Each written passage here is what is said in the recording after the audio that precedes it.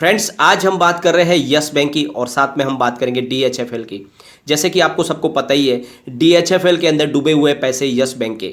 राणा कपूर ने थोड़े अपने लालच के लिए बहुत सारे पैसे डुबा दिए हैं यस बैंक के डीएचएफएल के अंदर। तो डीएचएफएल से एक बहुत बड़ी अपडेट निकल कर आई है जिसको हम डिस्कस करेंगे और जानने की कोशिश करेंगे कि कितने जल्दी अब यस बैंक के पैसे रिकवर हो सकते हैं, क्योंकि यस बैंक की सबसे बड़ी जो मुसीबत है वो है उसका एनपीए, और उसी एनपीए को उसको कम करना है। और इसी से लेकर एक बहुत बड़ी पॉजिटिव न्यूज निकल कर आई है जिनको हम पूरा डिस्कस करेंगे। और साथ में डीएचएफएल के शेयर में आज 5% का अपर सर्किट लग गया। काफ़ी दिनों के बाद लोगों के चेहरे पे थोड़ी खुशी आ गई है। तो कब तक ये खुशी कायम रह सकती है, शेयर होल्डर का क्या होने वाला है, और ये डील कब तक फाइनल हो जाएगी, जो पीरामल ग्रुप ने डीएचएफएल को अधिग्रहण करने की जो डील है वो कब तक पूरी हो सकती है, तो सारी जानकारी आपको इस वीडियो के माध्यम से मिल जाएगी। तो पूरा वीडियो देखें, स्किप न करें। लेकिन फ्रेंड, उससे पहले अगर आप पहली बार हमारे चैनल पे आए तो चैनल को सब्सक्राइब कर दीजिए, एक बेल आइकॉन दबा दीजिए ताकि जब भी नया वीडियो बनाऊँ पहला नोटिफिकेशन आपको मिले। चलो फ्रेंड्स, वीडियो स्टार्ट करते हैं। मैं हूँ आपका दोस्त एसबी दवे और हमारे अपने चैनल ऑनलाइन कमाई में आपका बहुत बहुत स्वागत है। फ्रेंड्स, सबसे पहले हम उस न्यूज़ की तरफ चलेंगे। आरबीआई ने अजय पीरामल ग्रुप की कंपनी पीरामल ग्रुप को डीएचएफएल के अधिग्रहण की मंजूरी दे दी है। जैसे कि आपको पता ही है, पिछले दिनों पीरामल ग्रुप ने अपनी बोली के द्वारा डीएचएफएल ग्रुप को खरीद लिया था। अब यह प्रस्ताव एनसीएलटी के सामने रखा जाएगा। यह फैसला आरबीआई ने बोली जीतने के 1 महीने के बाद लिया है, और इस रेस में आखिरी दौड़ में अमेरिका की कंपनी ओक ट्री भी शामिल थी, लेकिन कंपनी के कर्जदाताओं ने पीरामल ग्रुप के फेवर में वोटिंग की थी, जिससे पीरामल ग्रुप को 94% वोट मिले थे, जबकि ओक ट्री को 45% वोट मिले थे और अडानी ग्रुप को 18% वोट मिले थे। जैसे कि आपको पता ही होगा, अडानी ग्रुप पहले ही पीछे हट गया था और जब बोलियां ऊपर बढ़ने लगी तो अडानी ग्रुप ने अपने हाथ खींच लिए थे, लेकिन फिर भी वो बोली में थे और इस वजह से उनको भी 18% के वोट मिले। ओक ट्री ने 38,000 करोड़ की बोली लगाई थी, यानी सबसे बड़ी बोली लगाई थी, जबकि पीरामल ग्रुप की बोली थी 37,250 करोड़ की। उसके बावजूद भी कर्जदाताओं ने ओक ट्री से पहले पीरामल ग्रुप को पसंद किया, और उसके पीछे वजह थी सबसे बड़ी कि एक तो ओक ट्री अप फ्रंट पैसे कम दे रहा था और पीरामल ग्रुप ने अप फ्रंट पैसे देने की ज़्यादा पेशकश की थी। यानी ओक ट्री का कहना था कि एक बार पूरा प्रोसेस हो जाए उसके बाद हम डिबेंचर बॉन्ड के थ्रू आपको पेमेंट देंगे, यानी उनको बॉन्ड दिए जाएंगे, पैसे कैश में नहीं दिए जाएंगे, और इसीलिए किसी को ये प्रस्ताव ज़्यादा अच्छा नहीं लग रहा था। जबकि पीरामल ग्रुप ने अप फ्रंट यानी पहले कैश पेमेंट देने की ज़्यादा पेशकश की थी। और साथ में दूसरी बात, सबसे बड़ी बात यह है, ओक ट्री अमेरिकन यानी एक विदेशी कंपनी है और उसको अधिग्रहण करने में बहुत ज़्यादा मुसीबत आ सकती थी। हिंदुस्तान के एफडी के जो नियम है उसके वजह से बहुत सारी प्रॉब्लम आ सकती थी, और यह वजह को जानते हुए जितने भी कर्जदाता थे, जो बैंकर्स थे, उन्होंने निर्णय लिया कि हमें ओक ट्री की बजाय एक इंडियन कंपनी पीरामल ग्रुप को ही चुनना चाहिए, और इसी वजह से यह जो है पीरामल ग्रुप के हाथ में ये डीएचएफएल की बागडोर आ गई। फ्रेंड्स, डीएचएफएल का 2018 में आईएल&एफएस का जो बुलबुला फटने के बाद जबरदस्त संकट में आ गए थे डीएचएफएल, और 2019 में ये मामला एनसीएलटी में चला गया था और कंपनी पर करीब 91,000 करोड़ का कर्ज है। और जैसे कि आपको पता ही है, जो सबसे बड़ी कर्ज देने वाली बैंक है वो है एसबीआई, उसका 10,000 करोड़ फंसा हुआ है। उसके अलावा बैंक ऑफ इंडिया है, Canara bank, NHB, union bank of India, syndicate bank और बैंक ऑफ बड़ौदा है।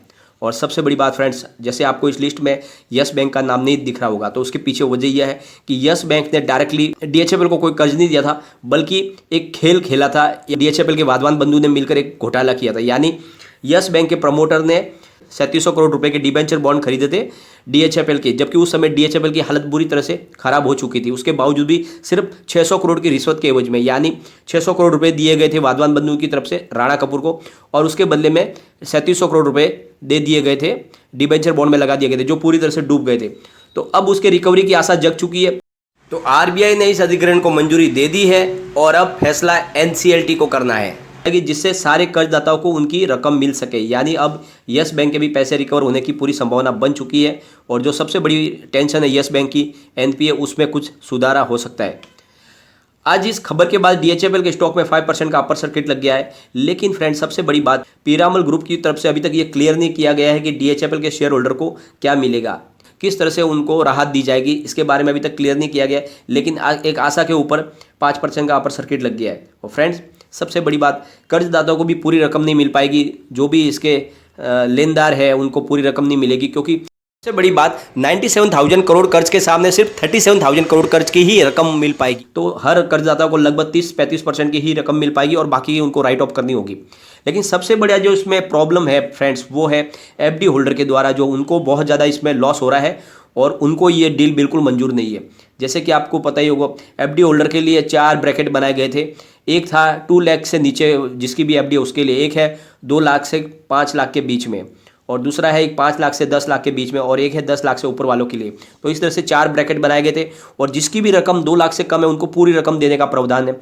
लेकिन 2 से 5 वालों को कुछ कम मिलेगी और 5 से 10 वालों को उससे भी कुछ कम, और 10 लाख के ऊपर वालों से तो नहीं के बराबर, यानी उनकी पूरी रकम डूब रही है। और इस वजह से एफडी होल्डर को यह प्रस्ताव बिल्कुल मंजूर नहीं था और उन्होंने इस प्रस्ताव के खिलाफ वोटिंग की थी। लेकिन उनकी संख्या कम होने की वजह से, उनका वोटिंग परसेंटेज बहुत कम होने की वजह से उनका प्रस्ताव गिर गया और ये इस डील को मंजूरी मिल गई। लेकिन एफडी होल्डर आगे अब कोर्ट का दरवाजा खटखटा रहे हैं। वो कहते हैं कि हमको ये डील मंजूर नहीं है क्योंकि उन्हें पैसे पूरे वहाँ पे लॉस हो रहा है उनके पैसों का।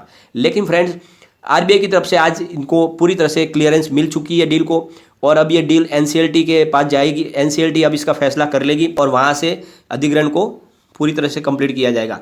तो इस वजह से अब बहुत जल्द हो सकता है कि यस बैंक के पैसे की भी संभावना बन जाए, क्योंकि सबसे बड़ी जो प्रॉब्लम है यस बैंक की वो है उसका डूबा हुआ कर्ज, और इसी वजह से यस बैंक के ऊपर लगातार प्रेशर आ रहा है। उसकी प्राइस भी गिर रही है क्योंकि जितने भी ब्रोकरेज फर्म है उसी को दिखा के, एनपीए को दिखा के ही उसकी प्राइस को बहुत ज़्यादा नीचे रख पा रहे हैं, क्योंकि लगातार प्रेशर बना रहे हैं उसके एनपीए के स्ट्रेस का। अगर हम कारोबार की बात करेंगे फिर सबसे बड़ी बात फ्रेंड्स, तो आज यस बैंक का स्टॉक मजबूत लग रहा है क्योंकि आज बैंक निफ्टी में बड़ी गिरावट है फ्रेंड। आज करीब बैंक निफ्टी में 200 पॉइंट की गिरावट है। अभी बाजार 11:30 के आसपास है, अभी बाजार खुला है 11:30 बजे है। बैंक निफ्टी में आज प्रेशर है क्योंकि प्रॉफिट बुकिंग चल रही है, तो करीब 205 पॉइंट की गिरावट है और 0.56% की गिरावट है, यानी करीब आधा % बैंक निफ्टी गिरावट पर है। लेकिन फिर भी यस बैंक में थोड़ा सा पॉजिटिव है। आज यस बैंक का स्टॉक 16.15 पर ओपन हुआ, हाई बनाई 16.30 की और लो में गया है 16 के। लेकिन फ्रेंड अभी ये ट्रेड कर रहा है 16.20 पर, करीब 0.31% अप पर ट्रेड कर रहा है, यानी कल की प्राइस से थोड़ा ऊपर है। लेकिन इसके विपरीत बैंक निफ्टी में आधे % की गिरावट है, बड़ी तेजी नहीं बन रही है। तो उसके पीछे वजह है कि बैंक निफ्टी में भी गिरावट है। उसके बावजूद भी यस बैंक थोड़ा पॉजिटिव है क्योंकि न्यूज़ पॉजिटिव निकल कर आई है, क्योंकि बहुत जल्द अब उसके यस बैंक के एनपीए में कुछ कमी आ सकती है। एक पॉजिटिव मूवमेंट है जो आरबीआई की तरफ से एक बड़ी राहत दी गई है, इस डील को अपनी तरफ से क्लियर किया गया है और इस तरह से जो ये मामला है अब निकल के आया है। और एक आशा के ऊपर डीएचएफएल के स्टॉक में भी 5% का अपर सर्किट लगा है। इस तरह से कहा गया था पहले पीरामल ग्रुप की तरफ से कि हम इस कंपनी को यानी कि डीएचएफएल को डी लिस्टिंग करेंगे, तो डी लिस्टिंग करने से पहले उनको कुछ तो राहत दी जाएगी शेयर होल्डर को, और इसी के लिए सब इंतजार कर रहे हैं। और जिस तरह से आजकल डिसीजन लिए जा रहे बहुत जल्दी, जितने भी इकोनॉमिकल डिसीजन है बहुत जल्दी लिए जा रहे हैं ताकि लोगों को ज़्यादा लॉस ना हो पाए। लेकिन फ्रेंड्स, कोई भी इन्वेस्टमेंट करने से पहले अपने फाइनेंशियल एडवाइजर से एक बार एडवाइस ले ले या अपना खुद का रिसर्च करें, क्योंकि मैंने ये वीडियो आपके एजुकेशनल पर्पज़ के लिए ही बनाया। वीडियो पसंद आए तो लाइक शेयर जरूर कीजिए और चैनल को सब्सक्राइब कर दीजिए। Thank you friend.